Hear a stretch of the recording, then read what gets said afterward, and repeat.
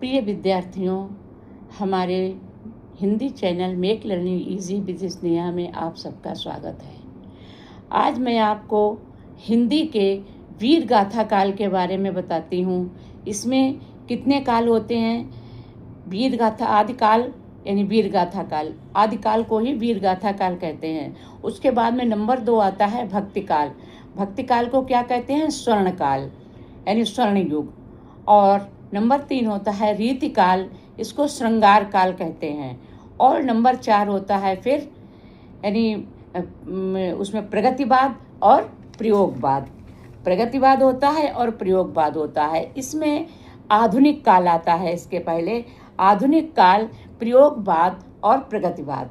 तो देखिए, सबसे पहले जो वीर गाथा काल होता है उसकी प्रवृत्तियाँ क्या होती हैं?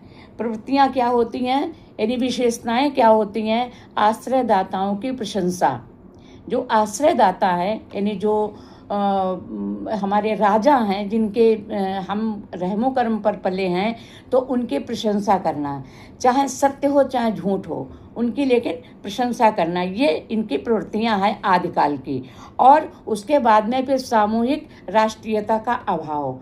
इसमें सामूहिक राष्ट्रीयता का अभाव था। इसमें अलग अलग छोटे छोटे प्रांत होते थे और उसमें जो दुश्मन बाहर के होते थे वो एक दूसरे को मिला करके और देश को कमज़ोर करते थे। देश को मतलब उन लोगों को लालच दे करके कि हम तुमको राजा बना देंगे वहाँ का, हम तुमको वहाँ का मंत्री बना देंगे, इस तरह से करके वो लोग उनको लालच देते थे। इसके पश्चात में फिर नंबर 3 आया आपका कि युद्धों के युद्ध जो होते थे उनका सजीव वर्णन होता था। युद्धों का सजीव और सचित्र वर्णन, यानी चित्र भी होता था और सजीव होता था। यानी इस तरह से वो लोग वर्णन करते थे कि ऐसा मालूम होता था कि वो युद्ध हो ही रहा है। इसके पश्चात ऐतिहासिक वृत्तों में कल्पना का प्राचुर्य, यानी जो ऐतिहासिक वृत्त थे उसमें कल्पनाएं भी थीं, यानी कुछ तो सही था और कुछ काल्पनिक था। इसके पश्चात इसमें इस काल में रचनाएं मुख्यतः 2 रूप में मिली हैं। कौन कौन सी? नंबर 1 है प्रबंध काव्य और नंबर 2 गीत काव्य। नंबर 1 क्या है? प्रबंध काव्य और नंबर 2 गीत काव्य।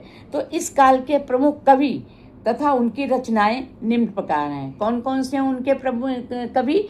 नंबर 1 क्या है? दलपत विजय। उनका क्या है? खुमार रासो। जो दलपत विजय है उनकी जो रचना है वो खुमार रासो है। चंद वरदाई इनकी पृथ्वीराज रासो। और